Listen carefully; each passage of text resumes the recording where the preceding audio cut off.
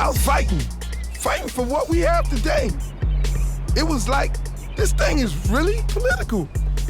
They really want to get rid of hip-hop. People didn't get it, but I did. I had a gift of taking songs and switching them up and making what we wanted to make it. For instance, I'll give you one. Pretty Woman. I said to the guys, hey guys, you know, we gotta do this Pretty Woman song. So I'm going like, oh, pretty woman. One of the guys was like, big hairy woman. So we were like going back and forth and it became a joke. And I was like, okay, you know, look, I gotta do this. I had to call my licensing people, and you know, my licensing people had to call Roy Orbison Publishing Company, which is Acuff Rose, and get a license or permission to release the version of that song. But then my lawyer said, okay, it's a parody. That's protected by the First Amendment. So you don't really necessarily need a license. You can just go ahead and do what you gotta do. And we actually did the song. But I'm gonna tell you, that thing got us in a whole lot of trouble. These people from the PMRC came, the Parents Music Resource Center. Tipper Gore was rolling with this crew of girls, and they were hardcore. They were calling everybody, trying to tear me down from limb to limb.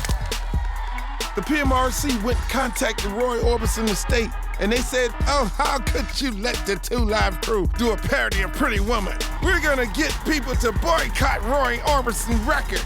You need to stop the 2 Live Crew. You need to sue them. I got served the papers on a golf course. Hey, Mr. Campbell, you're being sued by Roy Orbison estate.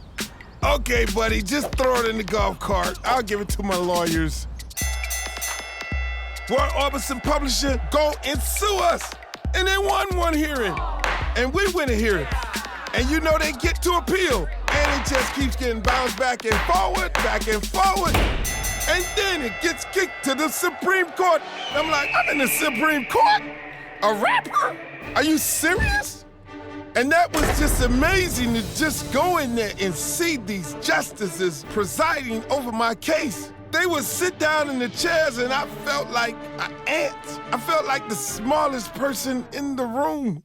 And Acuff Rose's lawyer, they grilled him so bad, the guy was having a meltdown. Then my lawyer, Bruce Rogo, stands up there looking like old Abe Lincoln. He had been there to the Supreme Court quite a few times, but the most amazing part of it was when they said, okay, we have some briefs filed against Mr. Campbell by Michael Jackson.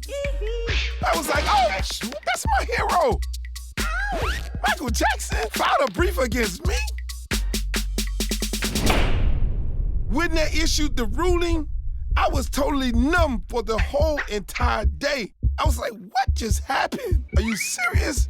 Mm-hmm. Did I just win in the Supreme Court? I went in the back room and actually started crying. It was emotional for me. If I would have lost that case, not only would it have affected hip-hop, but it also would have affected shows like Saturday Night Live, The Chappelle Show. All of them could have been sued. My case set precedent. It's the #1 case that they use right now today for parodies on the internet. You know, like intellectual property, that's parody. That's protected by the First Amendment.